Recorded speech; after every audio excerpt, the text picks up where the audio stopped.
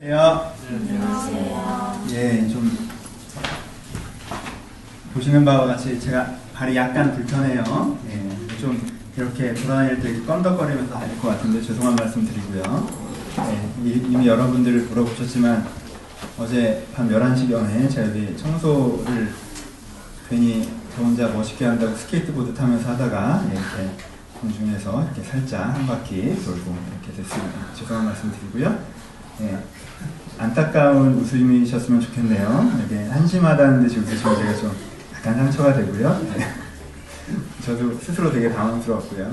제가 이렇게 다닐 때 약간 기울어도 설교에 들으시는데 큰 장애는 없으셨으면 좋겠습니다. 오늘 신명기 14장 28절 29절 본문을 가지고 말씀을 좀 나누도록 하겠습니다. 오늘 어떡하지? 오늘 조금 딱딱한 설교예요. 오늘 좀 재미없는 설교라 여러분들이 좀 도와주셔야 되는데 어떨지 모르겠네. 오늘 안 그래도 좀 딱딱한 설교인데 저도 조금 약간 이렇게 휘청거리는 것 같고 여러분들이 집중 잘 되셨으면 좋겠다라는 생각이 있습니다.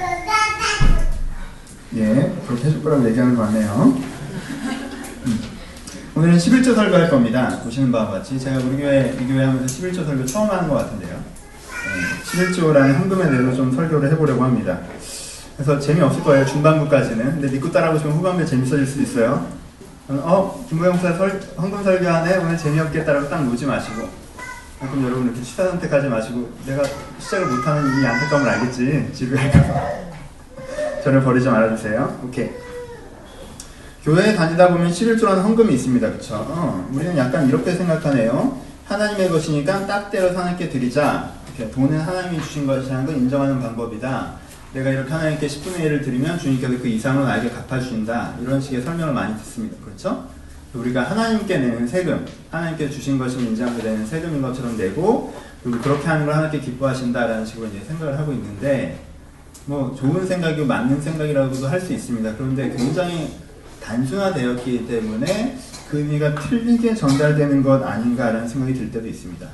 11조를 좀 길게 얘기해 봅시다. 여러분 11조라는 걸 얘기할 때는 맨 먼저 여러분들이 뭘 이해해야 되냐면 11조라는 얘기가 처음에 나온 전체 배경을 좀 이해하실 필요가 있습니다. 그렇죠? 구약 성경에도 11조가 처음 나오는데요. 레위기, 민수기, 신명기라는 책에서 11조 얘기가 처음 나옵니다. 그러면 레위기, 민수기, 신명기는 어떤 책인가 하면은 우리가 지켜야 될 생활 양식, 신앙 양식, 종교 양식을 1번부터 100번까지 율법적으로 어떤 법식적으로 쭉 적어놓은 책이 아니라 그렇죠? 그런 책이 아니라 이 난민 이스라엘, 이집트에서 살다가 출애굽을 해서 지금 광야에서 머무르면서 이제는 가나안 땅이란 나라에 들어가서 새로운 나라를 건설하려고 하는 이 난민 이스라엘에게 너희들이 들어가면 어떤 나라를 만들어야 된다라고 하는 블루프린트, 청사진을 제시해 주는 게 레위기, 민수기, 신명기입니다. 그렇죠?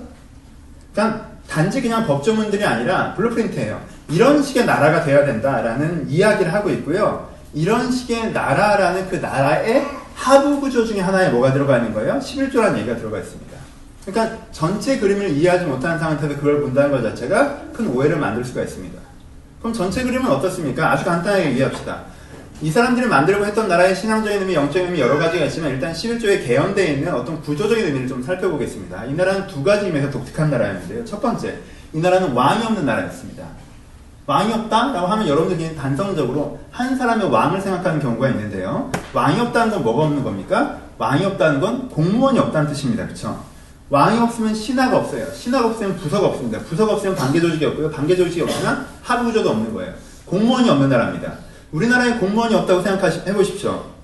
청와대가 없으면 정부종합청사가 없고 정부청사가 없어서 지금 여러 가지 행정부서가 없고 그래서 우리 지방자치하는 무슨 시청, 군청 그리고 동사무소가 없는 나라. 뭐가 없는 나라? 국가 시스템이 없는 나라예요. 당연히 뭐도 없습니까? 군대도 없는 나라. 경찰도 없는 나라. 하나님께서 너희가 들어가 있어서 만들어야 되는 나라는 어떤 나라이다라고 얘기할 때 맨 먼저 얘기했던 게 국가 조직이 없는 나라를 얘기했습니다. 너희들 위에 너희들을 치리하고 다스리는 국가 조직이 없는 나라. 아나키스트예요. 무정부의 나라를 얘기합니다. 그럼 그 무정부의 나라가 어떤 식으로 유지되고 발전될 수 있느냐? 하나님의 이상형은 그것입니다. 교육국가입니다. 교육국가라는 것이 무엇이죠? 어린아이 때부터 모든 사람들에게 바른 진리와 가치, 진짜 맞는 것이 무엇이고 어떻게 살아가야 되는가를 어떻게 합니까? 가르칩니다. 세뇌시키는 게 아니라 가르쳐서 그 사람이 그것들을 진짜 이해하고 진짜 동감할 수 있도록. 그렇죠? 진리가 무엇인지, 인간이 어떻게 살아야 되는지, 나라라는 게 어떻게 운영돼야 되는 건지, 우리는 어떤 식으로 이 나라를 살아가야 되는 건지에 대해서 모든 사람들에게 동일하게 교육시킴으로 말미암아 이해하고 동감할 수 있도록. 그래서 모든 사람이 자발적으로 그 기준을 사용하기 때문에 그 나라 가운데 동일한 연대의식이 형성되어지고 동일한 틀이 사용되어지는 단일 국가가 되는 이 교육국가, 다른 표현으로는 자발적 정치국가를 얘기하는 것이 지금 얘기했던 블루프린트의 청사진의 첫 번째 정치적인 측면이었습니다. 독특하죠? 정치적으로 완벽하게 자유로운 나라를 얘기합니다. 아무도 너를 다스리지 못하게 해라. 무엇을 통해서? 네가 진리를 이해하는 것들을 통해서. 너희들 모두가 진리를 이해하는 것들을 통해서 아무도 너희를 다스리지 못하게 해라. 그러니까 우리나라로 얘기한다면 정부 조직이 전혀 없지만 사람들이 국가가 어떻게 굴러가야 되는지에 대해서 뭐가 있는 상태? 완벽한 이해와 동감이 있는 상태이기 때문에 카메라로 안 찍어도 불법 주차 안 하고 카메라로 안 찍어도 과속 안 하고 내가 그 사람들을 억지로 데려다가 어떻게 처벌하지 않다 할지라도 주변 사람과 이웃에서 지켜야 될 예의와 법규와 범죄를 지키고 그리고 우리 가운데 필요한 것을 알아서 자기 가운데 그런 기준을 갖고 있기 때문에 똑같이 어느 정도 나눠 쓰는 사회라는 것들이 블루프린트에서 제시하는 첫 번째 장면입니다. 그렇죠? 정치적인 평등의 국가. 두 번째로 얘기하는 것은 경제적인 평등 국가를 얘기합니다. 너희가 그 나라에 들어가면 어떻게 된다? 땅을 똑같이 나눠 쓰라고 얘기하죠. 그렇죠? 이 사람들은 이 땅을 한꺼번에 국가 단위로 얻은 것이기 때문에 들어가자마자 가장 먼저 했던 게 뭐예요? 땅을 분할하는 거예요. 어떻게? 모든 가족이 똑같은 땅을 분배할 수 있게. 그렇죠? 경제적으로 평등한 나라입니다. 모든 사람들이 똑같은 땅을 분배받는다. 지금은 사회가 복잡하고 되게 여러 가지 측면을 갖게 됐지만요. 그 당시만 해도 유일한 생산 수단이 무엇입니까? 땅이죠. 유일한 경제활동 수단이 땅입니다. 그러니까 내가 땅을 갖고 있다는 건, 내가 동일한 땅을 갖고 있다는 건 모든 사람이 동일한 수준의 경제활동의 능력을 갖고 있다는 뜻이죠. 그렇죠? 조금 더 열심히 일하는 사람은 조금 더 소출이 많겠죠. 조금 덜 열심히 하는 사람들은 소출이 조금 적겠죠. 하지만 여기서 여기 차이가 몇 프로의 차이가 날까요? 그렇죠? 10%, 20%? 많아봐야 30%, 40% 정도 차이겠죠. 근데 현대사회에서의 경제 수준의 차이는 어떻게 나죠? 1000%, 10,000%, 100만% 이렇게 나는 거죠, 사실. 근데 그 정도의 차이가 아니라 이런 거의 같은 경제적인 평등의 사회. 그러니까 이 하나님께서 레위기, 민수기, 신명기에 너희들 어떤 식으로 땅을 분배해야 되고 너희들 어떤 식으로 제도를 만들어야 되고 어떤 식으로 너희가 나라를 꾸려야 되고 얘기했던 이 레위기, 민수기에서 신명기에서 얘기했던 블루프린트, 이런 나라가 돼야 된다는 청사진이었습니다. 그렇죠? 근데 이런 나라가 되려면 두 가지가 필요해요. 두 가지 보완점이 필요합니다. 첫 번째 보완점은 뭐냐면요. 그러니까 어떤 사람이 있어야 돼요? 진리를 완전히 이해하고 있는 사람이 있어야 되는 거죠. 그렇죠? 진리가 무엇인지 제대로 이해하고 있는 사람이 있어야 되고요. 그 사람이 어떻게 하고 있어야 돼요? 그 사람이 어린아이부터 어린아이까지 남자와 여자를 다 어떻게 하고 있어야 돼요? 가르치고 있어야 되죠. 그렇죠? 유능한 교육자가 같은 것을 가르치는 유능한 교육자들이 마을마다 뻗어 있어서 그 사람들이 그들 가운데 어떤 정치조자로서 압제적으로 하는 것이 아니라 무엇이 맞는지 사람들이 어떻게 하고 있어야 돼요? 가르치고 있어야 된다는 뜻이에요. 그렇죠? 그래서 그 가르침을 통해서 사람들에게 동일한 생각을 전달하고 그 생각이 동감될 수 있게끔 감동의 교육이 되고 있어야 된다는 뜻이죠. 그렇죠? 그러면 여기서 필요한 게 누구예요? 가르치는 사람, 교육자가 필요하죠. 그래서 무슨 제도를 만듭니까? 레위인이라는 제도를 만듭니다. 레위인은 몇 명이냐면요. 이스라엘의 성인 남자의 숫자가 60만 명이었는데 레위는 23,000명이었어요. 26대 1 정도 됩니다. 그럼 한 명이 26명을 가르치냐? 그렇지 않죠. 레위인 성인 남자는 가르치는 일을 하고 레위인 성인 여자나 아이들은 가르치는 일을 안 하죠. 대신 가르침을 받는 건 뭐예요? 성인 남자만 가르치는 받는 것이 아니라 여자와 아이를 가르치는 받습니다. 그쵸? 그러니까 26명의 성인 남자에 포함된 가족을 다 가르치는 거죠. 그러니까 레위 한 사람이 100에서 150명 정도로 가르치게 구조가 되어 있습니다. 근데 이게 파트타임으로 일요일에 한 번 오면 사람들한테 설교하고 마는 거예요? 아니죠. 150명을 쫓아다니면서 가르치는 거예요.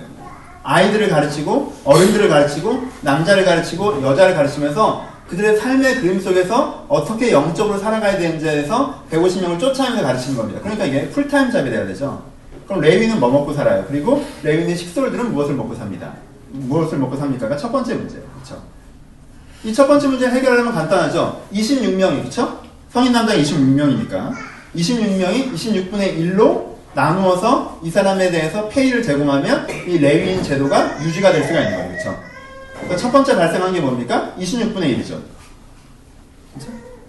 그러니까 우리가 국가에 세금을 낼 필요가 없어요. 국방비를 낼 필요도 없고요. 내가 이 국가 행정관리를 돌리려고 우리나라의 세금의 대부분은 이 조직을 50% 가까이 조직 자체를 운영하는 데 쓰고 있다는 건 아시죠? 내가 이 조직을 운영하는 데 돈을 쓸 필요는 없어요. 대신 뭘 운영하는 데 돈을 쓰는 거예요? 교육자를 운영하는 데 돈을 쓰는 거죠. 26분의 1을. 그렇죠? 그리고 또 이 제도가 워킹이 안 되는 부분이 또 하나가 있습니다. 왜? 농사를 짓는 거잖아요. 현대랑 다릅니다. 농사를 짓는 거잖아요. 그럼 누가 필요해요? 무조건 남자가 필요합니다. 근데 어디서 문제가 생겨요? 그 남자가 일찍 죽었을 경우. 그렇죠? 아이들이 장성하지 않은데 남자가 죽었을 경우. 고아와 가부를 얘기하죠. 현대 고아와 가부랑 약간 달라요. 고아와 가부예요. 이 고아와 가부는 어떤 사람들입니까? 생산 능력이 없는 사람들이죠. 생산 기회는 있는데 생산 능력이 없어요. 그럼 어떻게 하겠어요? 땅을 팔겠죠. 근데 땅을 팔면 어떻게 됩니까? 그건 5년 뒤에 10년 뒤엔 죽자는 거죠. 그렇죠? 그리고 이 아이가 장성한 다음에도 죽자는 거예요. 왜요? 땅을 팔아서 생산수단이 사라졌기 때문에 그 다음부터는 어떻게 되겠어요? 굉장한 하층민으로 전락을 하게 되겠죠. 그렇죠? 그러니까 이 사람들한테 뭐가 필요해요? 땅을 팔지 않게끔 아이가 장성할 때까지.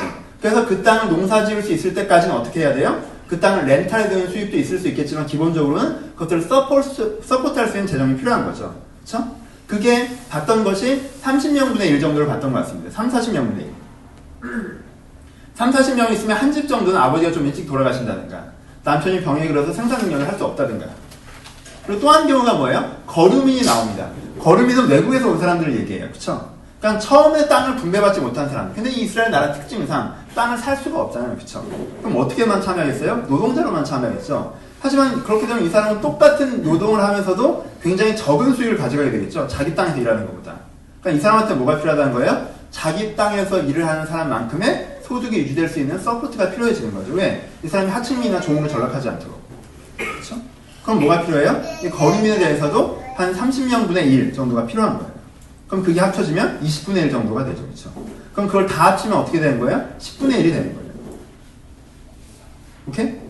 그러니까 우리가 내 소득의 10%를 내가 투자하는 것들 통해서 10%를 무조건 내는 게 아니에요. 내 소득의 10%를 투자하는 것을 통해서 뭘 유지시키고 싶다는 거예요? 우리가 생각하는 블루프린트. 진짜 정치적으로 내가 자유하고 경제적으로 우리가 평등한. 그렇죠? 이것이 단순한 기간에 이루어지는 것이 아니라 지속적으로 이 정치적 자유와 경제적 평등이 이루어지는 나라를 만들어 가는데 우리에게 뭐가 필요하다? 우리 가운데 10%의 투자가 필요하다. 왜? 이 땅도 하나님께 우리 가운데 거저 주신 거니까. 거저 주신 거니까 이 전체 우리 공공을 유지해내기 위해서 우리가 이렇게 헌신하자, 우리가 이렇게 참여하자라는 정신이 뭐예요? 11조 정신입니다. 우리가 얘기하는 11조라는 헌금의 기본 정신입니다. 그렇죠? 11조를 한 군데 더 썼어요. 어디서 썼냐면요. 여호와의 성일에 썼습니다. 여호와의 성일에 1년에 한 번 하나님을 뵈러 온 날, 언제? 1년에 한 번 하나님을 뵈러 오거든요. 그때는요, 11조로 갖고 와서 그 11조로 먹고 마십니다. 하나님을 전국에서 예루살렘으로 뵈러 오는데, 한 번 나오는데 그때 여행 경비를 뭘로 쓴다는 거예요? 11조로 쓴다는 거예요. 왜? 하나님께 우리를 먹이셨다라는 고백을 하기 위해서, 그때는 하나님 것으로 먹는 거기 때문에 그 행사 비용으로 들어갑니다. 그러니까 11조는 뭘로 썼었어요? 세 가지로 썼습니다. 레위인을 유지하기 위해서, 그리고 내가 영적 생활하는 내가 하는 영적 생활에 대한 행사 비용, 그리고 고아와 가부, 거류민을 돕기 위해서. 이게 11조의 용처였어요. 아, 그럼 이게 여기에 썼구나로 끝날 일이 아니라 그냥 단지 그런 게 아니라 뭐에 연결해서 생각해야 된다는 거예요? 전체 구도. 어떤 나라를 만들고 싶었고 그 나라를 만들기 위해서 무엇이 필요했다라고 하는 전체 그림 속에서 이것이 이해돼야 된다는 것입니다. 그 다음에 11조에서 나오는 거는요. 훅 뛰어나서 니에미야서에 나옵니다. 읽어보십시오. 니에미야서에 보시면요. 니에미야가 11조를 안 내는 사람들에서 분노하면서 얘기하는데요. 그 전에 사건 하나가 나옵니다. 무슨 사건이 나오냐면요. 사람들이 11조를 내지 않았기 때문에 레위인들이 각각 땅을 얻기 위해서 도망했다는 표현이 나와요. 자기가 생활을 할 수가 없으니까 자기도 농사를 지으려고 레위인들이 다 도망해버렸어요. 그럼 니에미야가 다시 한번 리빌딩 하려고 했던 교육정치의 국가, 모든 사람이 자발적으로 하나님의 가치에 동의하기 때문에 움직이는 국가를 만들 수가 없죠. 그것 때문에 뭐라고 얘기해요? 너희가 11조를 왜 안 내냐고 얘기하는 거예요. 그 개헌선상에서 얘기합니다. 우리가 교회에서 가장 많이 얘기하는 것 중에 하나가 말라기에 보면 네가 11조를 안 내는 것은 하나님의 것을 도둑질한 것이다. 너희가 11조를 허투루 내는 것이 문제이다. 너희가 내봐라. 내가 너희를 채우지 않겠느냐. 막 이렇게 해서 내가 하나님한테 하나님의 것인 11조를 떼주면 하나님은 우리 가운데 뭐 복을 주신다. 이런 식의 구절로 가장 많이 오해되는 구절이 말라기에 나오는데 그 말라기의 구절도 앞부분을 이해하셔야 돼요. 앞부분에 이 말라기 선지자가 뭘 먼저 얘기하냐면요. 이 사람들의 제사의 진정성이 없는 걸 얘기합니다. 이 사람들의 가르침의 진정성이 없는 걸 얘기해요. 그 다음에. 그리고 이 사람들이 지금 쓰고 있는 사회적 기준이 몰락하고 있는 걸 얘기해요. 그러면서 무슨 얘기를 합니까? 그러면서 한 얘기가 11조에 대해서 얘기하고 있어요. 그럼 이 말라기가 10분의 1의 퍼센테이지의 돈 얘기를 하는 거예요? 아니면 이들의 사라져버린 블루프린트에 대해서 얘기하는 거예요? 이들의 사라져버린 블루프린트에 대해서 얘기하고 있는 겁니다. 그래서 그 블루프린트, 이런 나라가 우리 가운데 진정으로 더 나은 세상이고 더 나은 나라라는 공감대를 가지고 너희가 투자해 나가면 어떻게 된다? 더 좋은 세상에서 네가 살 수 있게 되지만 내 거 하면서 내가 아끼고 내가 쓰고 나를 위해서만 하려고 하니까 너희가 오히려 더 곤비한 나라가 되고 있는 거 아니냐라는 얘기를 하고 있는 거예요. 내가 하나님한테 내 돈을 넣었더니 나중에 그게 만기 차면 내가 이제 따따블로 돌아오는 게 아니라 복리로 쳐주셔서 11조를 그렇게 적금으로 얘기한 것이 아니라 너희 가운데 진정한 예배, 진정한 가르침, 진정한 사회적 규범이 사라진 상태에서 종교의 형식만 하고 있는 것이 문제이고, 그러니까 너희가 이 블루프린트를 회복해야 된다라고 얘기하는 게 말라기의 정신입니다. 그 다음에 11조에서 얘기가 나오는 거거든요. 마태복음에 나옵니다. 누구 얘기하면서? 바리새인 얘기하면서. 무슨 얘기하세요? 너희가 10분의 1을 따박따박 드렸지만 뭔 없어졌다? 너희 가운데 의와 긍휼과 믿음은 없어졌다고 얘기해요. 의가 무엇입니까? 교육국가, 진리국가, 바른 가치가 세워지는 나라를 얘기하죠. 그렇죠? 긍휼은 무엇이에요? 그런 그 나라 가운데 경제적 평등에 수반되지 않는 어려운 사람들을 돌보는 걸 얘기하죠. 믿음은 뭐예요? 이런 나라를 만들려고 추구하는 것들을 얘기하죠. 그렇죠? 그러니까 이 사람들한테 뭐가 문제예요? 따박따박 10분의 1씩 부러뜨려서 내는 건 있었는데 뭐가 사라졌어요? 블루프린트가 사라졌다는 거예요. 그러니까 그딴 건 내봐야 소용이 없다고 얘기하는 거예요. 11조는 돈이 아니라 정신입니다. 그러면 11조에 담겨있는 정신은 무엇입니까? 11조 하면 그러니까 결국엔 내가 11조를 내야지 이런 식으로 생각하지 마세요. 11조를 하면 성경에 11조라는 단어가 나올 때 그럼 내가 어떤 정신으로 살아가야 되는가에 대해서 여러분 생각하실 수 있어야 됩니다. 그러니까 결국 내가 구현적인 어떤 재정적인 헌신을 하고 있으니까 나는 그러면 그 정신이 있는 것이다 라고 생각하시면 안 된다는 거예요. 여러분들이 그 재정을 바리새인들처럼 내고 있는 것과 상관없이 여러분들이 그 정신이 있느냐고 물어보는 게 11조의 가장 기본적인 메시지가 되는 거예요.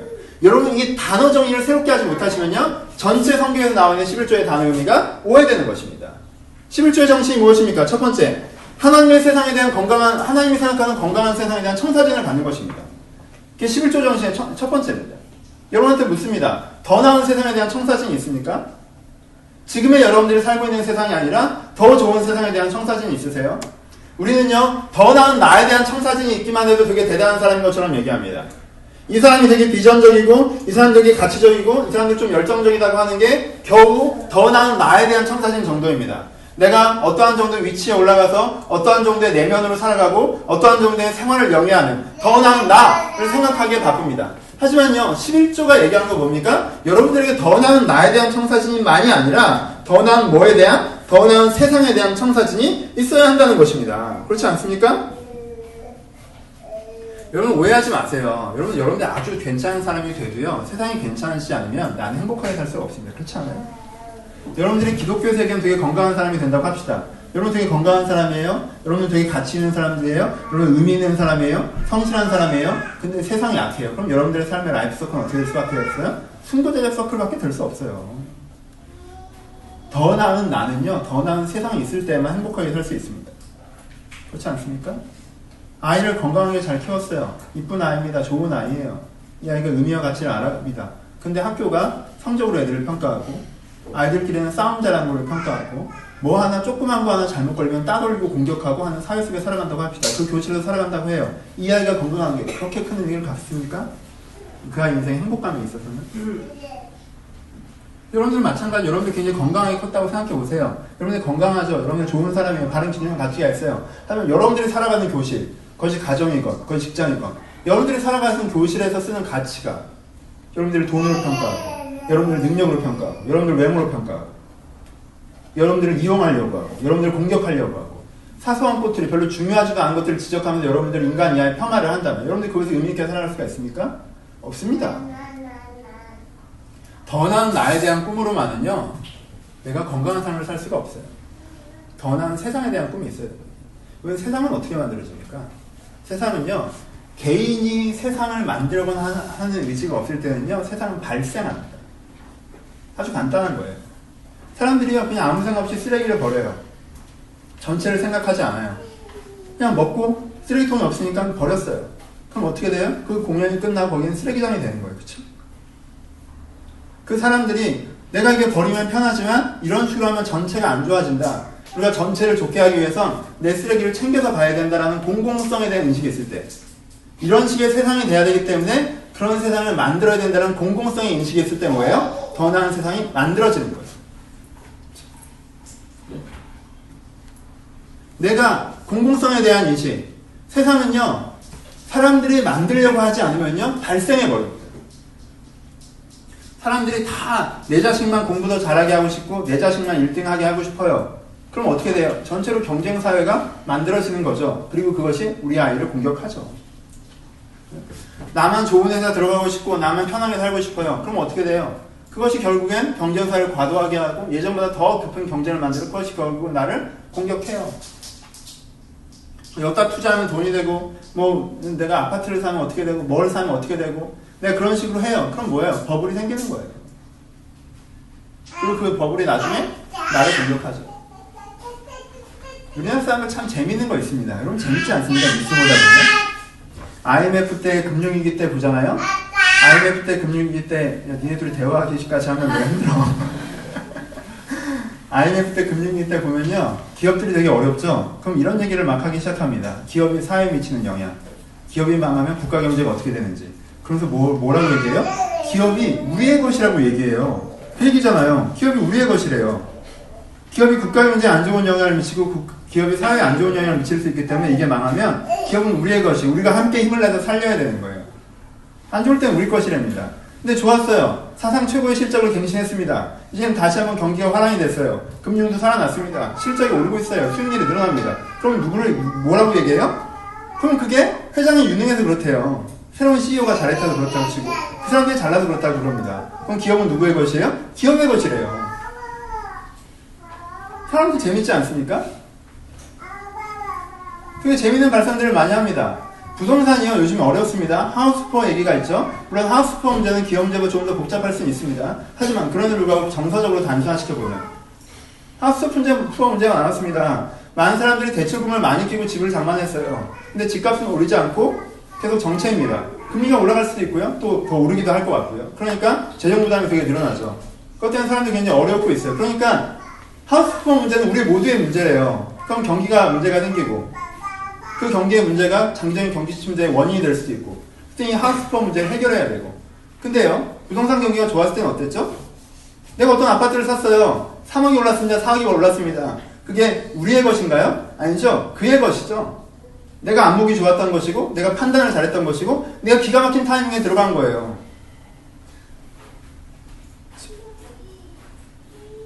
사람들은 재밌습니다. 전체적인 얘기를 했지만요, 공격적인 얘기로 들까봐 개인적인 얘기를 빼겠습니다. 하지만 여러분들이 생각해 보십시오. 여러분들은 어떻습니까? 나한테 불리할 때는 이건 우리의 문제래요. 나한테 유리할 때 이건 나의 문제라고 합니다. 우리는 나의 것을 생각하고 공공의 것까지 생각해야지 사실은 뭐가 이루어져요? 건강한 세상이라는 게 만들어지는 거예요. 근데 우리는 공공의 것을 생각하지 않고 나의 것만 생각하다가 어느 날 나의 것에 문제가 생기면 공공에게 돈을 내놓으라고 얘기를 합니다. 공공에게 나를 도우라고 얘기를 해요. 하지만 나를 도울 수 있는 공공은 거기 없죠. 왜? 대부분의 개인들이 그렇게 참여할 때. 여러분 블루프린트가 있으십니까? 더 나은 내가 아니라 더 나은 세상이 되었으면 좋겠다. 그게 나에게 유리한 구조를 얘기하는 것이 아니라 우리나라가 좀 이런 나라가 되었으면 좋겠는데 우리나라 이런 경제적인 구조, 조금 잘 사는 사람 못 사는 사람은 없는 어느 건강한 경제적인 구조, 건강한 정치적인 구조, 건강한 사회적인 구조가 나라 되었으면 좋겠다라고 하는 블루프린트가 있으십니까? 11조가 묻는 것은 그것입니다. 나에게 나만 바라보는 이기성이 아니라 우리라는 전체를 생각하는 블루프린트가 있어야 된다는 거예요. 그럴 때 여러분들의 위치가 다시 한번 재설정될 수가 있습니다. 두 번째, 11조가 얘기하는 두 번째 정신이 무엇입니까? 블루프린트의 기본적인 두 가지 덕목을 얘기하고 있죠. 더 나은 세상은 어떤 세상이에요? 첫 번째, 진리를 기준 삼는 세상. 두 번째, 더불어서 살아갈 수 있는 세상입니다. 그렇죠? 이게 11조가 얘기하는 좋은 세상, 더 나은 세상의 두 가지 기본 원칙입니다. 세상이 어려운 이유는 두 가지예요. 첫 번째, 사람들이 다 자기속에는 옳은 대로 행하기 때문에 그렇습니다. 사람들이 다 자기에게 좋을 대로 행하기 때문에 그래요. 그래서 세상에서 더 좋은 세상이 되려면 한 가지가 필요합니다. 뭐가 돼요? 공공성 자체가 회복되는 거예요. 사람들이 다 같은 생각, 같은 기준. 그게 누군가의 기준을 사람들한테 일관적으로 세습시키고 주입시키는 것이 아니라 사람들이 다 진리를 탐구해서 뭐가 진짜 맞는 것인지 고민하고 뭐가 진짜 좋은 것인지 고민해서 바로 이게 진짜 맞는 것이고 이게 진짜 좋은 것이라고 하는 진리가 공유되는 사회가 건강한 사회 첫 번째, 더 나은 사회 첫 번째입니다. 여러분 사회생활 할 때 뭐가 제일 힘드세요? 말이 안 통해서 힘들어요. 그렇죠? 그리고요, 뭐가 힘들어요? 쟤는 지 좋을 대로, 지에게 이익되는 대로만 하려고 해서 힘들어요. 그렇죠? 이게 힘든 거예요. 그냥 건강한 세상, 좋은 세상은 뭐예요? 말이 통하는, 진짜 맞는 게 무엇인지. 야, 그래도 나라는 이렇게 돼야 되잖아. 그래도 사람이 이렇게 살아야 되잖아. 네가 이렇게 일해야 되잖아. 우리가 이렇게 돼야 되잖아. 라고 얘기할 때, 그 이렇게에 대해서 얘기할 때 서로 일단은 공유될 수 있는 진리적 기준이 같은 상태가 더 나은 세상이에요. 그렇죠? 샌들이 많이 얘기했던 부분이죠. 공공성의 확대. 단지 군대를 만들자 공교육을 시키자를 얘기하는 게 아니에요. 커먼센스가 사라졌다는 거예요. 사람들에게. 정의란 무엇인가 사람들이 같이 쓰는 기준이 사라졌다는 거예요. 같은 기준을 쓰는 사회. 폭력적이고 억압적인 걸 얘기하는 게 아니에요.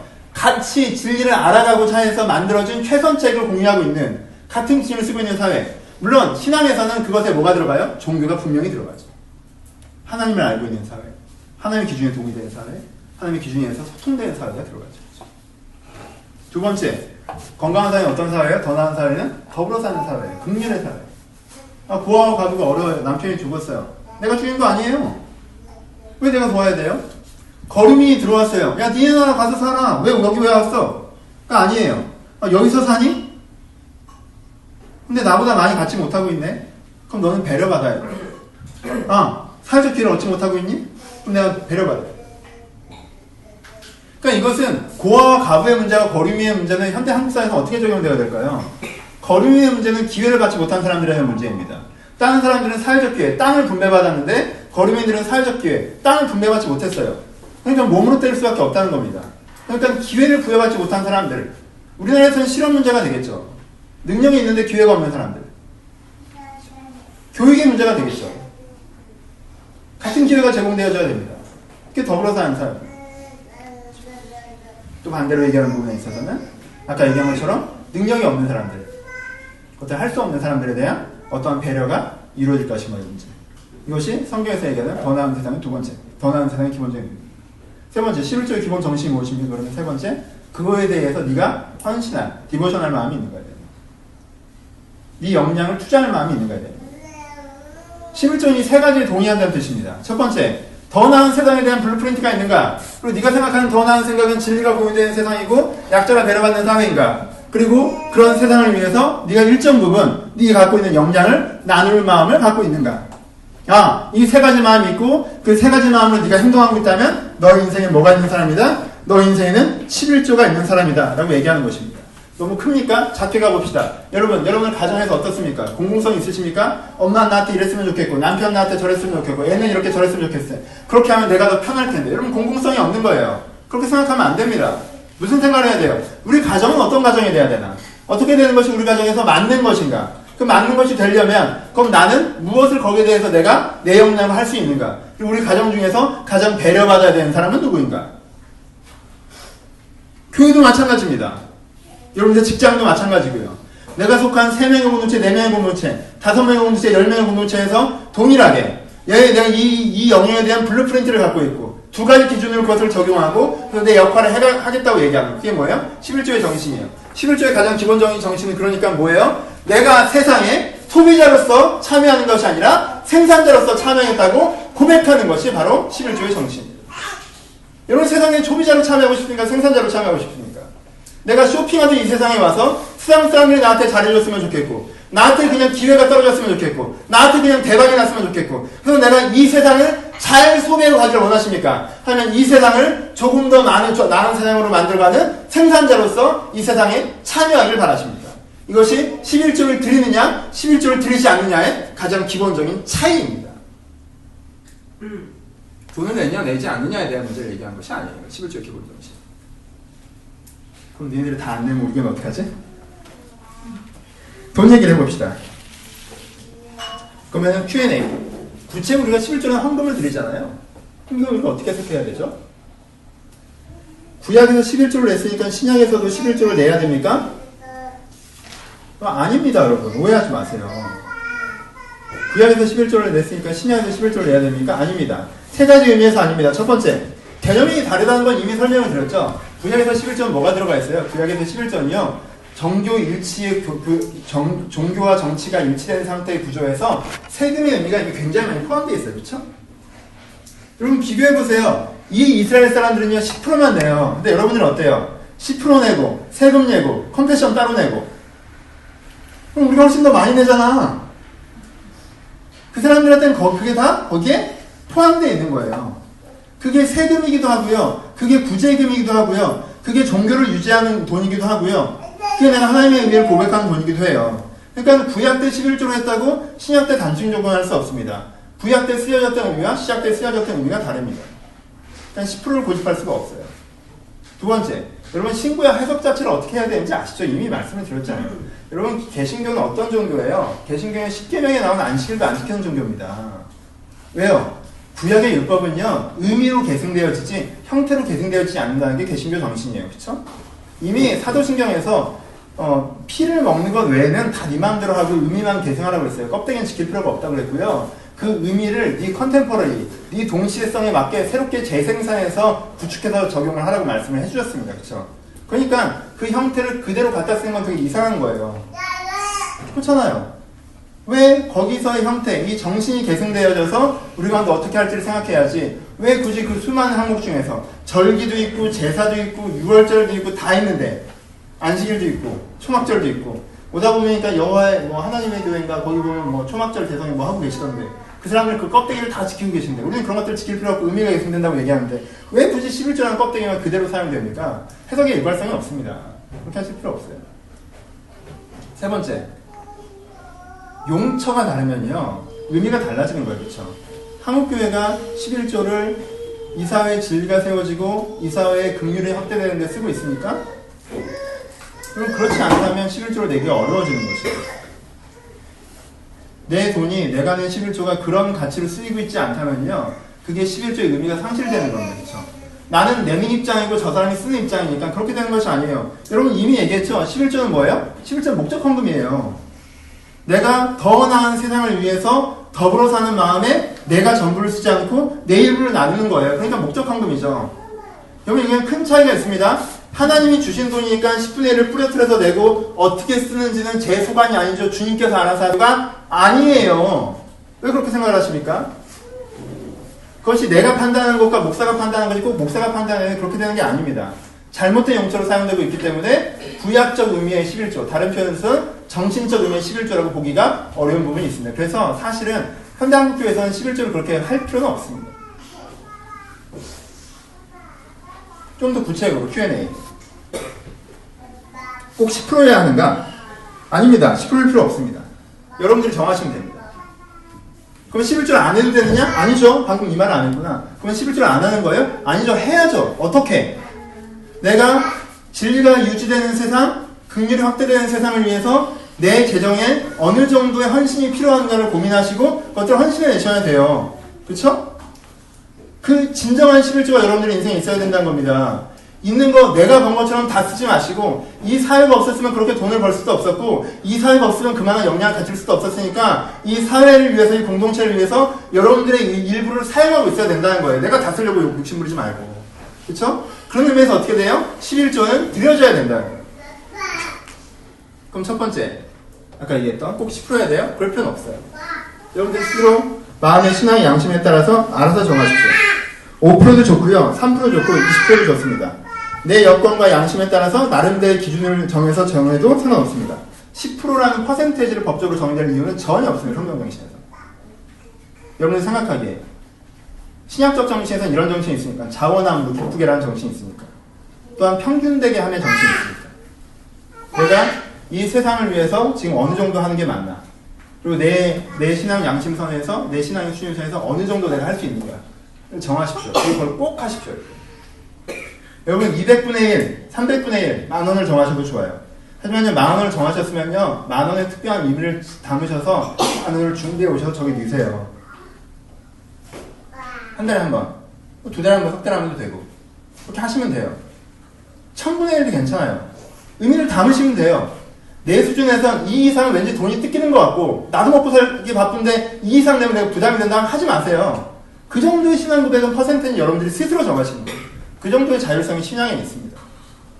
두 번째, 이미 얘기했죠? 11조는 무목적 헌금입니까? 아닙니다.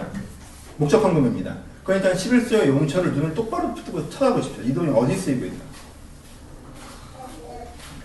눈을 똑바로 뜨고 11조 용처를 쳐다보셔야 됩니다. 이 돈이 어디 쓰이고 있나.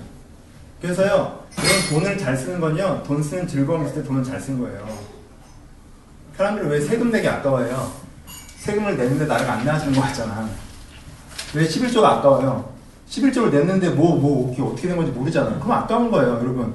썼는데 쓴 보람이 없는 돈은 무조건 아까운 돈이에요. 테레비를 샀는데 별로 똑같은 것 같아. 그럼 아까운 거예요. 애한테 학원을 보냈는데 똑같아. 그럼 아까운 거란 말이에요. 그러니까 썼는데 보람이 없으면 아까워요. 부인한테 선물을 갈 때니까 좋아하지 않아요. 그럼 아까운 거란 말이에요. 그러면요, 돈은 돈맛이 있어야 돼요. 내가 썼으면 거기에 대한 보람을 빌 때 내가 아깝지 않게 할 수 있는 거예요. 그러니까요, 이 돈이 어디 쓰여지고 있는지 똑바로 찾아보셔야 돼요. 이렇게 수동적으로 내시면 안 돼요. 재정부고는 그냥 이렇게 하시면 안 돼요. 세 번째, 교회가 11조를 쓰지 못했을 때도 교회에 묵묵히 내야 되나요? 아닙니다. 두 번째랑 연결되는 거죠. 교회가 11조를 똑바로 쓰지 못하니 11조를 내지 마십시오. 그 교회에. 제가 만약에 외제차 끌고 다니고요, 제가 만약에 연봉 되게 많이 받고요, 교회 돈을 마음대로 쓰고 하시잖아요? 그럼 여러분들이 저를 컨트롤할 수 있어요. 11조를 내지 마십시오. 왜 걷다 내십니까? 여러분 무책임하게 생각하지 마십시오. 그거 책임을 방기하는 겁니다. 나는 그런 의미로 드렸으나 그지같이 쓰여지는 걸 알고 있어요. 근데 나는 그런 의미로 드렸으니까 괜찮다? 그게 건강한 생각인가요? 그게 맞는 생각인가요? 그렇지 않죠. 그건 건강한 생각이 아닙니다. 맞는 생각도 아니고요. 그게 겸손한 것도 아니에요. 무책임한 거죠. 내가 이게 엉뚱한 데 쓰여지는 걸 몰랐으면 모를까? 엉뚱하게 쓰여지는 걸 뻔히 알면서도 거기에 돈을 내고 있으면서도 나는 이것이 더 나은 세상을 위해서 쓰고 있는 것이라고 얘기하면 스스로 속이는 자입니다. 혹시 이 교회가 변질된 자면요, 여러분들 11조 내지 않으셔야 됩니다. 다른 교회나 단체에 11조를 내셔도 됩니까? 됩니다. 제가 예전에 처음에 개척 시작할 때 이런 얘기 들은 적이 있어요. 내가 컴패션을 여러분들이 다 했으면 좋겠는데 여러분들의 재정 수입상 컴패션 봉사가 캠퍼션은 개인 후원이 한 4만 원 정도 되잖아요. 그 정도 하기에 내가 부담스럽다. 근데 내 용돈이 한 20만 원 정도다, 30만 원 정도다 하면 여러분들이 11조에 3만 원 걷다 쓰라고 했습니다. 그렇죠? 기억나십니까? 학생들 같은 경우는 그런 거에 전용하라고 말씀드린 적이 있습니다. 11조의 용처를 꼭 교회가 정해야 된다는 편견을 버리십시오. 여러분 주변에 굉장히 어려운 사람이 있어요. 근데 이게 교회 구제를 요청할 수도 있는데 이렇게 정보가 오픈되면 안 될 것 같아요. 내가 돕고 싶은데 내가 그렇게 돈이 여유가 있지 않아요. 아니 돈이 여유가 많아도 상관없어요. 내가 이렇게 돕고 싶어요. 그러면요 목사한테 얘기해 주시면 더 좋고 여러분들이 스스로 얘기하시면 안 하셔도 되고요. 거기 도우셔도 돼요. 11조가 우리가 더불어 살아가는데 사용되고 있는 겁니다. 그게 꼭 정부에서 그 돈을 다 끌어모아가지고 중앙관료가 다 끌어모아서 레위인들 일렬로 다 세워놓고 월급 다 주고 그럼 거기서 복지재단에 따라서 복지재단에 다 나눠주고 그런 거 아니에요. 동네에서 10부장, 100부장, 50부장 장로님들 마을 우리 마을에서 이 사람이 그래도 어려우니까 우리 11조 얘 주자 주는 거예요. 오케이? 넌 왜 안 갖고 오니? 저는 어제 직접 줬어요. 그래 잘했다. 끝이에요. 기계적인 것들에 매이지 마십시오. 형식적인 것들에 매이실 필요 없습니다. 그럼 안 주시면 됩니다. 너무 어려운 사람들 꼭 11조를 내야 되나요? 아니요. 정말 먹고 살기 힘들어요. 돈이 없습니다. 내야 되나요? 아니요. 제가 아니라고 얘기한 건 10%를 얘기한 겁니다. 10% 내지 10% 절대 없습니다. 10% 갖고 오지 마십시오. 100분의 1만 갖고 오세요. 20분의 1만 갖고 오시는가? 50분의 1만 갖고 오시는가?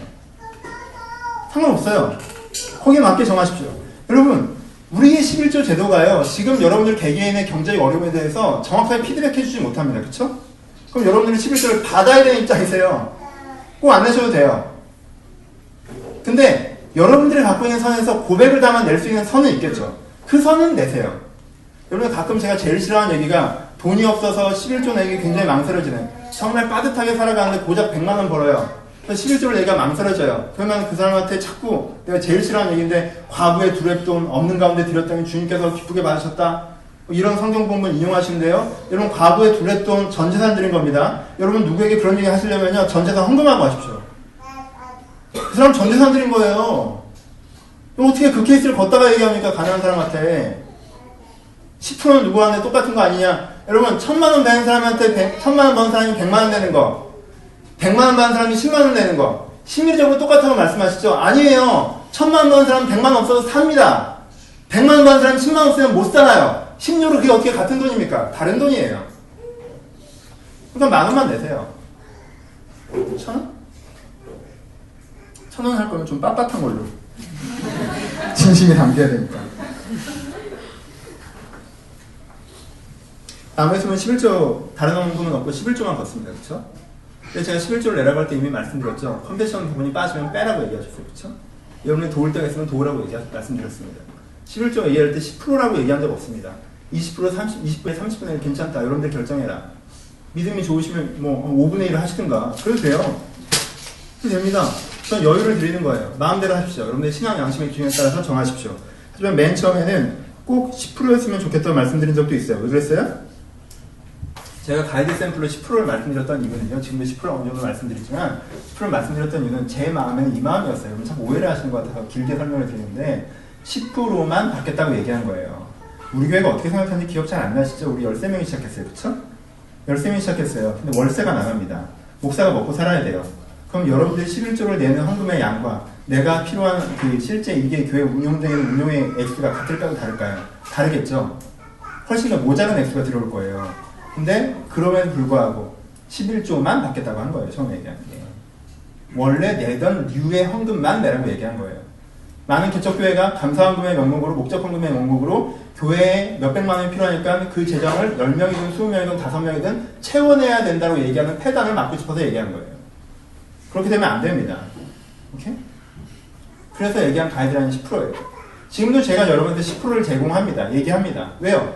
웬만하신 분은 10% 정도 해주시면 좋겠어요. 그건 내 그냥 가이드라인이에요. 왜? 교회가 자립적이지 않아요. 저 먹고 살기 힘들어요. 여기 월세도 내야 되고요. 저희가 후원금이 없으면 마이너스 재정이고요. 그러니까 그 가이드라인에서 그것이 가능하신 분이면 해달라고 하는 거예요. 어떤 전제하에? 나무의 숨 교회가 존재하는 게 이 나라에, 이 땅에, 혹은 우리의 삶에 진리를 세우는데 도움이 되고 필요한 일이라는 전제하에, 그런 일에 동참하는 것에 여러분들의 공공성의 즐거움이 있다는 전제하에 얘기해드립니다. 여러분 돈 쓰는 즐거움 있지 않습니까? 여러분들이 250만 원 월급 받는데 25만 원을 썼어요. 그 25만 원을 썼기 때문에 이 교회가 지금 존재하는 거예요. 우리 교회는 후원금으로 운영되는 교회는 아닙니다. 우리 교회 재정의 70%는 여러분들의 헌금으로 운영됩니다. 물론 비축 재정은 다 후원금으로 비축하고 있죠. 우리가 그걸 사용의 문제가 많지 않습니다. 하지만 매달 사용되는 헌금은 여러분들의 11조 운영돼 왔어요. 여러분 돈 쓰는 즐거움을 느끼세요. 아, 그건 하나님 것이고 겸손하실 필요 없으면 그게 겸손이 아니에요. 내가 쓴 돈으로 교회 하나가 생겼다. 내가 한국교회, 한국사회에 이런 식의 교회가 하나가 필요하다고 생각했는데 내가 쓴 돈으로 내가 혼자 한 건 아니지만 이런 교회가 생겼고 생기고 있고 유지되고 있다라는 자부심을 가지세요. 그 느낌만큼 즐거워하면서 돈을 쓰십시오. 그리고 그럼에도 불구하고 가이드라인은 10%입니다. 여러분 언젠간 진정으로 10%를 할 수 있어야 되는데 네가 지금 신앙이 약해서 20%를 하고 20분의 1을 하고 있으니까 네가 빨리 신앙이 좋아져서 언젠간 10분의 1을 하길 바란다? 아닙니다. 그렇지 않습니다. 그렇게 말씀드리는 거 아닙니다. 신앙 양심에 따라서 하십시오. 그거에 대해서는 누가 다른 사람이 평가하면서 얘기한 것은 아닙니다. 혹시 알아? 50% 하는 사람이 있을지? 그리고 어느 시점에서 가이드라인이 바뀌어야 됩니다. 어느 시점에서.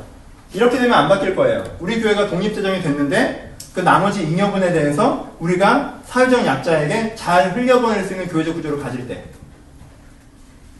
월세도 됐고 월급도 됐는데 이 나머지 부분이 생겼는데 이 나머지 부분을 우리가 굉장히 지혜롭게 사회적 약자에게 흘려보낼 수 있는 부분을 가질 때 우리는 거기에 대해서 퍼센테이지 가이드라인을 유지시킬 거예요. 10%를 저는.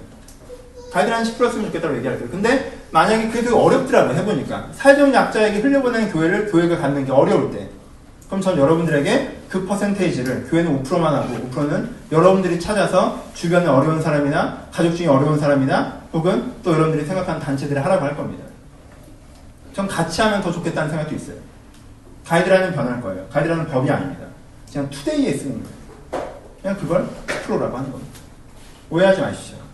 그리고요, 여러분들이 헌금을 하고 있다고 해서 이 가이드라인에 맞는 혹은 가이드라인을 나름대로 정해서 하는 X를 교회에 내고 있는 것 자체가 이미 교회가 세워진 거에 대한 11조이긴 하나, 이런 전체적인 고백이 그렇게 있는지는 스스로 다시 한번 물으셔야 돼요. 바리새인들 얼마나 안타깝습니까? 돈 따박따박 다 냈는데 하나님이 보시기에는 너희들은 실제로 안 내는 거야 라고 얘기합니다. 고백이 있으셔야 됩니다. 넘어갑시다. 제일 중요한 얘기. 우리가 어떻게 하면 이렇게 할 수 있을까요? 더 나은 세상, 공공성 이런 얘기하면 막 많이 얘기하면 무슨 대선 후보 뭐 이런 격려 뭐 어쩌고저쩌고 이런 거 같지 않아요? 근데 다 아는 얘기. 이게 틀린 얘기인지 모르는 사람이 누가 있어요?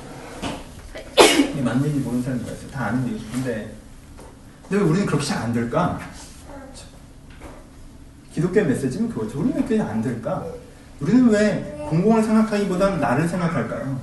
다들 더불어서 잘 살려고 하면, 다들 더불어 사는 걸 생각하면 우리는 진짜 더불어 잘 살 수 있을 텐데 왜 우리는 나 하나 잘 사는 걸 생각해서 전체를 자꾸 망칠까요? 조금만 여유를 해서 다른 사람을 돕는 마음을 가지면 우리 전체가 유익할 수 있을 텐데 왜 나는 자꾸 나만 보다가 옆 사람들이랑 부딪히고 상처 주고 욕심내고 이기적이 되고 그러면서도 자꾸 모자르다고 얘기하게 될까요? 우리는 이런 공공성 얘기를 할 때 객관적으로 동의합니다. 근데 우리 마음에 부딪히는 거 하나예요. 나누기엔 어때요? 모자르시죠? 모자라요. 내 돈이나 내 역량이나 내 시간이나 내가 더 잘 사는 데 쓰기도 모자라요. 아니 내가 잘 사는 데 엄청 잘 살겠다는 게 아니라 내가 살아나는 데 쓰기도 모자라요. 그래서요 그걸 나눌 여유가 없습니다. 그렇죠? 여기서부터 11조의 기본 정신인데요. 가장 전통적으로 얘기합니다. 그러면 11조에서 가장 잘 설명하고 있는 구절은요, 구약에 있지 않고 신약에 있습니다. 신약에 이런 얘기가 나옵니다. 예수님께서 해주셨던 얘기. 한 사람이 어떤 부자에게 몇만 달란트를 빚졌어요. 숫자는 난 잘 모르니까. 굉장히 많은 돈입니다. 수천만 원, 수억 원에 해당되는 돈일 거예요. 굉장히 많은 돈을 빚졌어요. 그 왕이, 그 부자가 이 돈을 다 탕감해 줬습니다. 근데 이 사람은 나가서 자기에게 100데나리온인가 빚진 자를 만났어요. 근데 그 사람이 그걸 용서해달라고 하니까 탕감해주지 않고 그 사람을 감옥에 집어넣습니다. 그렇죠?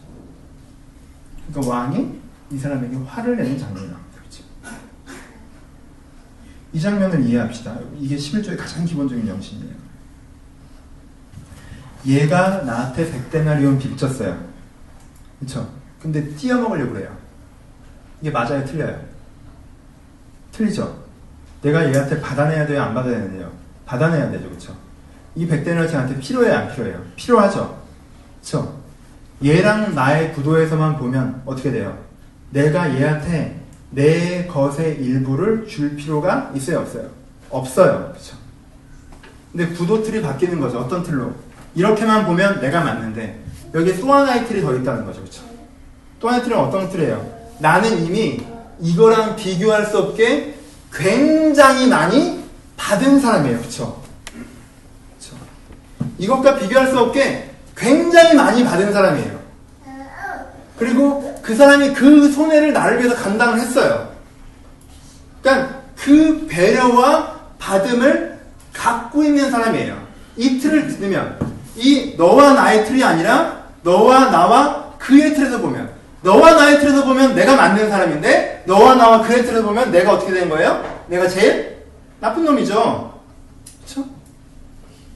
무슨 뜻이에요? 여러분 11조를요. 여러분들이 생각하는 세상에 헌신하는 삶, 내가 더 나은 세상의 청사진을 갖고 그 세상에 되기 위해서 내가 내 역량의 일부를 나누는 삶을요. 너와 나, 세상과 나의 구도에서는 할 수가 없어요. 불가능합니다. 왜요? 나도 모자르니까. 뭐가 있을 때 그게 가능해지는 거예요? 이게 핵심이죠. 여러분들이 넘치게 주시는 하나님을 믿거나 경험하고 있을 때 이게 가능한 거예요. 무작정 11조를 하는 게 아니에요. 11조의 의미가 뭡니까? 하나님은 나에게 넘치게 주시는 분이십니다라는 고백이 바로 11조의 고백이라고 하잖아요. 그렇죠? 우리가 이미 알고 있는 얘기는 이 얘기잖아요. 이게 출발이라는 뜻입니다. 그렇죠? 이게 전부라는 게 아니다. 하지만 가장 중요한 출발이죠. 그러니까 11조에 대한 이야기를 할 때 돈 내는 얘기라고 생각하지 마시고 스스로에게 물으십시오. 여러분들이 지금 이 스스로 내 자신은 하나님은 나에게 넘치게 주는 분이라는 것을 믿으십니까? 내가 그걸 경험하고 계십니까? 내가 그것을 믿고 경험하고 있음에도 불구하고 이기적으로 살고 계십니까? 아니면 내가 그것을 믿고 경험하지 아직 못했습니까? 우리에게 필요한 건 이것입니다. 인류에게 필요한 건 이것이에요. 그래서 레위기는 뭐라고 고백해요? 10분의 1을 드리려면 뭐가 필요해요? 하나님의 것이라고 인정하는 것이라고 얘기해서 얘기합니다. 왜요? 그 사람들은 어떻게 했어요? 땅을 하나님께서 주셨죠. 땅을 주셨어요. 난민이었는데 땅이 생겼어요. 여러분 이게 되게 재밌는 거 아십니까? 여러분 직장이 없다고 직장에 생겨본 적 있으시죠? 그렇죠? 그럼 처음에는 그게 주었다고 생각을 해요. 얻었다고 생각합니다. 그럼 언제까지 그렇게 생각해요? 첫 월급 나올 때까지 그렇게 생각하죠. 2달 되면 이게 주었다고 생각해요? 아니죠. 당연하다고 생각하죠. 3달 되면 당연한데 마음에도 안 든다고 생각하죠. 4달 되면 당연하고 마음에 안 들고 그지 같다고 생각하죠. 5달 되면 하나님은 왜 나한테 이런 걸 주냐고 생각하죠. 그렇죠? 내가 여기서 이 개고생을 하고 있는데 이 받은 주꾸리만한 월급에 또 일부를 하나님께 떼어서 줘야 된다는 게 마음에 안 와닿죠. 내가 이렇게 어렵게 살고 있는데 내가 세상을 위해서 뭔가 봉사하거나 세상을 위해서 내가 뭔가 생각하거나 세상을 위해서 내 인생의 영향의 일부를 나눠야 된다는 생각을 할 여유가 없다고 생각하죠. 왜요? 그래요? 이스라엘 사람들도 그랬어요. 옆 나라 보면요 대부호가 있거든요. 근데 나는요 우리 집구 잘 먹고 잘 살 정도의 땅이 있어요. 그냥 땅에서 곡식이 쑥쑥 나와요? 아니요 1년 동안 일해야지 나와요. 일 잘 될 수 있도록 하늘과 땅과 비와 옥토가 그대로 돌아가겠습니까? 아니죠. 어떤 때는 밭을 기경해야 돼요. 어떤 때는 비를 기다려야 되고 어떤 때는 저수지를 파야 되고 그러다 보면 무슨 생각이 들어요? 이게 원래 다 내 거고 원래 그냥 떨어져야 되는 걸 내가 개고생을 해서 얻고 있다고 생각하기 시작하는 거죠. 그럼 그때부터 뭐가 되는 거예요? 전체가 생각나지 않죠. 뭐만 생각나요? 더 갖고 있는 놈만 생각나요. 그때부터 개인과 전체가 나눠지고 세 가지 고백, 한 가지 고백이 필요합니다. 그러면 이 레위사람, 이 이스라엘 사람들한테 뭐가 필요한 거예요? 그러니까 이 이스라엘 사람들한테 하나님이 내가 너희들한테 땅을 줬다. 이거 잊어버리지 마. 그러니까 나한테 세금 꼭 내. 이건 100년, 200년, 300년, 400년 내야 되는 거야. 하나님 이런 진짜 무슨 돈 뜯어가는 갈취자가 아니에요. 내가 너희한테 준 땅이잖아. 그걸 기억해야 너희들이 정치적으로 자유롭고 경제적으로 평등한 진짜 그 나라 속에서 계속 행복하게 살 수 있는 거야 라고 얘기하는 거예요. 그래서 너희가 가진 것이 받은 것이라는 걸 기억해 라고 얘기하는 것입니다. 그리고 나는 지금도 부족할 것 같니? 부족할 것 같아? 7년에 안식년하는 게 부족할 것 같아? 60년에 희년하는 게 부족할 것 같아? 그 땅을 준 내가 여전히 살아있어서 너희 가운데 넘치게 주고 있는 여호와인 걸 너희들이 기억해야 된다고 얘기합니다. 받은 걸 기억하고 주실 걸 기억하고 그럴 때 우리가 공공을 생각할 수 있고 라고 얘기하는 거죠. 핵심 질문은 이거예요. 핵심 질문.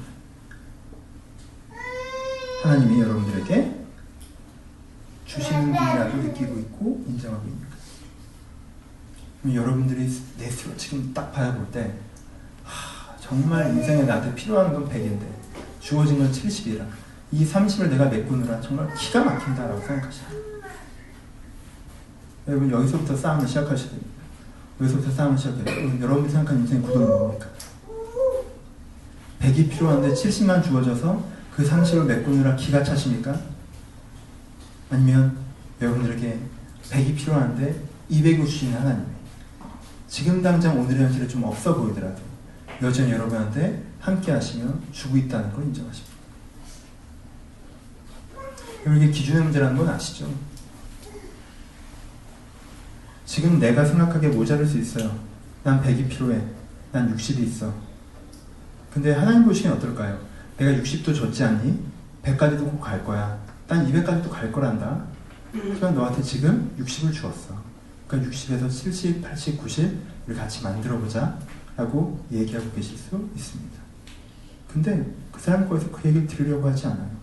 하나님, 전 100이 필요한데 하나님 60밖에 안 주셨어요. 그래요? 60 주신 거 알죠? 생명도 주셨고 은혜도 주셨고 삶에 몇 번의 기회도 주신 거 저 다 기억해요. 하지만요, 저한테 가장 필요하다고 할 수 있는 40이 지금 없잖아요. 이 뷰는 어떤 차이를 만들어낼까요? 이 뷰는요, 이 사람이 그 100, 200까지 하나님과 함께 채워갈 수 있는 기회를 상실하는 엄청난 차이를 만들어내는 거예요. 이 말이 11조를 해봐라 그럼 내가 너희한테 넘치게 채우신다는 얘기예요. 돈 내면 따블로 들어온다는 얘기가 아니라, 이 말이 네가 하나님과 하나님이 너를 채우시는 자이시고 그 채우시는 자가 네 가운데 지금 60을 주셨다면 그분이 100, 200도 주어 가실 것이다. 너와 함께 그것을 인정하며 함께 걸어가 보라 라고 얘기할 때, 예 주님 제가 그것을 인정합니다 라고 얘기하는 것이 돈을 내는 것과 상관없이 내가 주님께 11조의 고백을 합니다 라고 얘기하는 거예요. 그리고 11조의 고백을 하는 자에게 성경에서 말씀하셨던 대로 넘치게 채우는 역사가 당연히 있겠죠. 하지만 그것이 여러분들의 재정이 확대되거나 이런 생각들을 인생에 흘러가는 건 아니라는 건 이해하시겠죠. 하나님이 여러분들과 함께 여러분 인생을 만들어 가시는 그 의미라는 것입니다. 이 고백의 싸움을 하십시오. 신앙생활을 하는데 가장 기초적인 고백으로 두 가지를 얘기하는 게 뭐예요? 일요일날 교회 오는 거죠. 그렇죠? 일요일날 교회 오는 거예요. 그리고 두 번째 11조 내는 거예요. 일요일날 교회 오면 돼요? 아니죠. 내게 주어진 모든 시간이 주님의 것이라는 걸 인정하는 고백을 얘기하는 거죠. 그 고백을 이 형태에 담는 거죠. 그렇죠? 여러분들 선물 받으실 때 진짜 그 물건이 필요합니까? 아니죠. 그 고백을 원하는 거죠. 그렇죠? 아닌가? 잘못 들었나? 고백을 원하는 거죠. 이 사람이 내 생일을 기억하고 있었고 이 사람이 이 기념일을 기억하고 있었고 이 사람이 여전히 그때와 같은 마음으로 나를 바라본다는 고백을 담는 것이죠. 뭐 하는 거예요? 고백을 담는 것이죠. 우리가 담아야 되는 두 가지 고백 중에 한 가지 고백이 뭐예요? 11조의 고백이에요. 틀은 여러분들이 정하세요. 하지만 여기 고백이 있어야 됩니다. 어떤 고백? 하나님께서 나에게 넘치게 주고 있는 분이다. 지금 나에게 60밖에 없어서 답답하게 느낄지 모르지만 분명히 60을 주셨고 그것이 그분이 100과 200도 주실 수 있는 분이라는 것을 인정하는, 주시는 하나님에 대한, 나를 푸른 초장과 실만한 물건을 인도하시는 그의 양떼를 먹이신 하나님에 대한 인정과 신뢰, 하나님에 대한 불신을 넘어서 그 신을 인정할 수 있는 것, 그 신과 함께 걸어갈 수 있는 것, 그것이 11조의 가장 근본 고백입니다. 여러분한테 이 고백이 회복되셔야 됩니다. 결론 내리겠습니다. 여러분, 돈은요 가격 대비가 항상 중요합니다. 제가 제 차를 얼마나 자랑하는지 아시죠? 제 차가요 제 아이패드보다 10만원 비쌉니다. 얼마나 아름다운 일입니까? 가격 대비. 저는 이 나라 최고의 차라고 생각합니다. 물건은 항상 가격 대비입니다. 70만원 차가 달립니다. 아십니까? 엄청난 거예요. 대단한 가격을 가볍게 썼다고요. 맛있는 음식을 먹었어요. 8만원이래. 아, 이게 8,500원이면 맞다. 그러면 아까운 거예요. 솔직히 얘기합시다. 우리의 11조가 왜 아깝습니까? 돈, 교회 내는 거 얘기하는 거 아니에요? 여러분들이 아까운 이유는요, 여러분들이 내는 그 돈이 어떻게 쌓여지는지 모르거나 잘못 쓰여지기 때문에 그래요. 그렇죠? 여러분 어떤 복지재단을 내시건 어떤 이웃을 돌보시건 어떤 교회를 세우시는데 그 돈을 내시건 간에 여러분들이 그 돈 내는 맛을 아셔야 돼요. 즐거움을 아셔야 돼요. 그때요 사람들이요 더 귀한 일에 더 많은 돈을 쓸 수가 있는 거예요. 그 즐거움을 여러분들이 누리셨으면 좋겠습니다. 내가 내는 이 돈으로 한 가정이 세워졌고 내가 내는 이 돈으로 가치 있는 교회가 이루어졌고, 내가 있는 돈으로 이 사람 인생의 어려움에서 어떤 계기를 만났고, 여러분 그 즐거움 여러분들 느끼셨으면 좋겠어요. 저희 교회는 공공적으로 하려고 합니다. 저희 교회가 작은 교회지만 저희가 집행시가 정해져 있지 않는 부재비를 책정해 놓죠.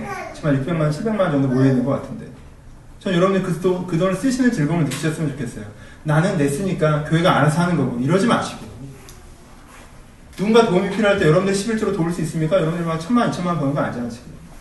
그러니까 모아놓은 게 있으니까 이 사람한테 우리가 도왔던 것처럼 교통사고가 나서 좀 어렵다고 하니까 좀 도와드리고, 남편이 입원하셔서 어렵다고 하시니까 좀 도와드리고, 출산하시는데 경제가 어렵다고 하면 좀 도와드리고, 지금까지 제일 아까운 건 일본 그때 좀 낸 게 조금 지금까지 약간 아깝긴 한데 하여튼 그래도 도와드리고,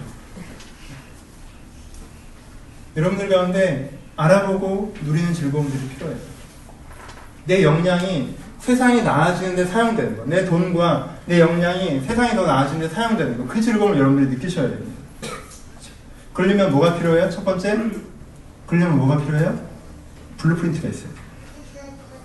관심을 세상으로 바꾸십시오. 나만 관심 두지 말고 어떤 세상이 되어야 되는지에 관심을 회복하십시오.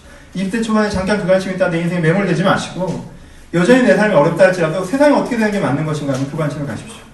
그리고 그렇게 되려면 어떻게 해야 돼요? 어떻게 해야지 그 관심이 생길 수 있어요? 하나님이 여러분 가운데 넘치게 주고 계신 분이심을 믿어야 그 관심이 생길 수가 있습니다. 내 살기도 바쁘다는 생각엔 그 관심이 생길 수가 없어요. 그 넘치고 주고 계신 하나님을 경험하셨으면 좋겠어요. 저는 제 인생에 경제적으로는 제일 어려운 때인 것 같아요. 집도 제일 좁은 집에 살아요. 하지만 제 인생의 가장 부자는, 왜요? 어느 때보다 넘치게 주신 하나님을 신뢰합니다.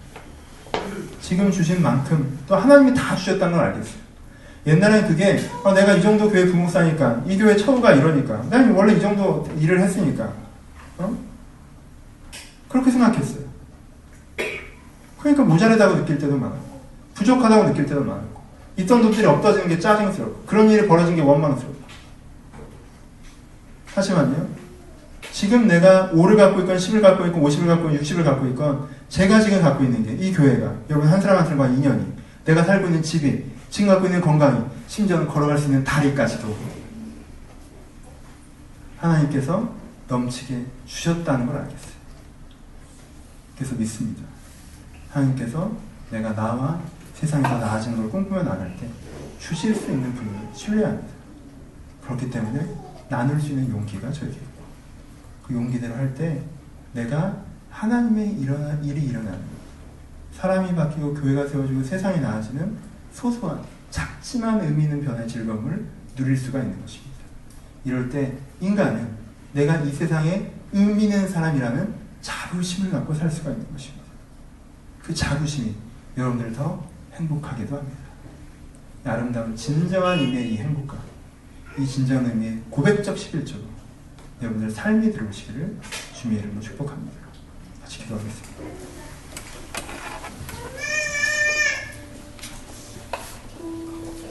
이 설교의 끝자락에 11조 열심히 해야지라고 결정하지 마십시오. 이 설교의 끝자락에 여러분들 질문을 갖고 돌아가야 됩니다. 다음 주부터 헌금 내야겠다, 이게 아니라 질문을 갖고 돌아가야 됩니다. 무슨 질문이에요? 난 진짜 하나님이 내 인생에 넘치게 주신 분임을 인정하는가? 난 하나님이 나한테 주지 않았다고 해서 화가 나 있진 않은가? 나는 그냥 내가 해냈고 나 혼자 살아간다고 생각하진 않는가? 세상에 나한테 아무런 도움도 주지 않는데 나 혼자 이 정글을 헤쳐왔다고 생각하지 않는가? 그러면 그 생각이 사라지지 않는 한 여러분들이 10분의 몇을 낸다고 해도 아무런 의미도 없습니다.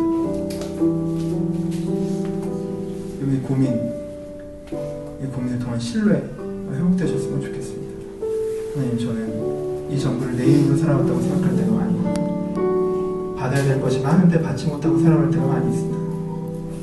주님, 사실 내가 지금은 100이 필요한데 40밖에 없기도 하나, 이 40을 주신 분이 영하시고 나에게 50을, 60을, 70을, 80을, 100을, 200을 내 인생의 의미와 가치와 인격과 사랑과 기회와 많은 것을 주께 주어가지고 신뢰하며 걸어갑니다. 나에게 주신 그 하나님을 만나기를 소원합니다. 하나님을 신뢰하기를 소원합니다. 여러분들의 진심을 좀 들여다보시면서 부끄러워하지 마시고 합리화하지 마시고 그 진심에서부터 주님께 기도했으면 좋겠습니다. 기도하겠습니다. 하나님, 여기 앉아 한 번만 더 기도할 때 세상에 대해서 어떤 마음이십니까?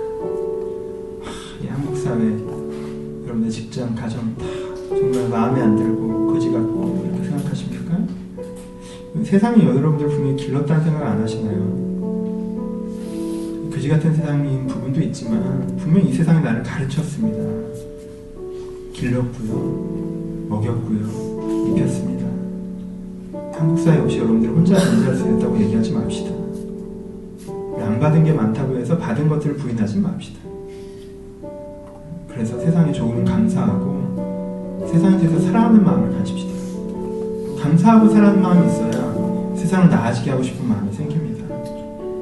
주님, 내가 세상을 원망으로 바라보는 것이 아니라 세상을 무관심으로 바라보는 것이 아니라 이 한국 사회가 분명히 나를 길렀다는 것, 일단 감사를 좀 알게 하시고 또 내가 이 한국 사회를 조금 더 나은 곳으로 만들어가게 하시고 그렇게 쓰임받는 사람 되길 바랍니다. 지금 내가 진정한 11조의 사람 되길 바랍니다. 그런 고백으로 한 번만 다시 결단하면서 고백하면서 우리 세상을 축복하는 마음을 달라고 기대하시면서 한 번만 같이 통성으로 기도하길 바랍니다. 기도하겠습니다. 하나님, 우리를 통해 세상이 나아지게 만든 것을 아버지, 때때로 이 세상에 상처받고 세상에 화나고 세상에 원망스러울 때도 있지만 그럼에도 불구하고 이 세상이 나를 길렀음을 인정합니다. 이 세상이 나에게 선물인 것을 인정합니다. 주님, 이 세상이 나에게 선물인 것을 인정하고 이 세상에 대한 감사와 애정을 회복하게 하여 주옵소서. 세상이 나를 길렀으나 잘 기르지 못한 부분들이 있다면 내가 그 모자란 부분을 채워나가서 나와 주변 사람과 다른 사람들에게, 다음 세대들에게 조금 더 나은 세상을 주리라 또한 결정하는 사람들 되게 하여 주옵소서. 하나님, 제가 자꾸 미약하고 연약하여서 나 하나 살 능력도 없다고 자꾸 오해하지 않게 하시고 내 인생에 분명히 넘치게 주신 하나님이 함께 하시기 때문에 내가 하나님과 함께 더 나은 세상을 만들어갈 수 인정하게 하셔서 하나님을 인정하고 하나님께 넘치게 받고 누리며 또한 그것으로 세상을 섬기는 사람들이 될 수 있도록 한 사람 한 사람들을 축복하여 주옵소서. 우리 가운데 마음에 독하게 사로잡고 있는 나 혼자 사는 것처럼 하나님이 나를 버린 것처럼 그래서 하나님한테 화가 나 있고 무능한 것처럼 생겼던 어리석음을 제가 내려놓게 하시고 내 안에 필요한 100은 없을지라고 할지라도 이미 주신 60과 함께 100과 200을 향해서 걸어나가는 지혜로운 사람들이 될 수 있도록 주님께 은혜를 허락하여 주시옵소서. 이제 우리 주 예수 그리스도의 은혜와 하나님 아버지의 사랑하심과 성령님의 교통하심이 오늘도 하나님을 경외하며 11조의 고백으로 하나님을 인정하며 나아가는, 그리고 주님께서 주시는 모든 것들을 누리고 그것으로 세상을 섬길 임하는 신명들 위해 이 교회 위에 영원토록 함께 있을지어다. 아멘.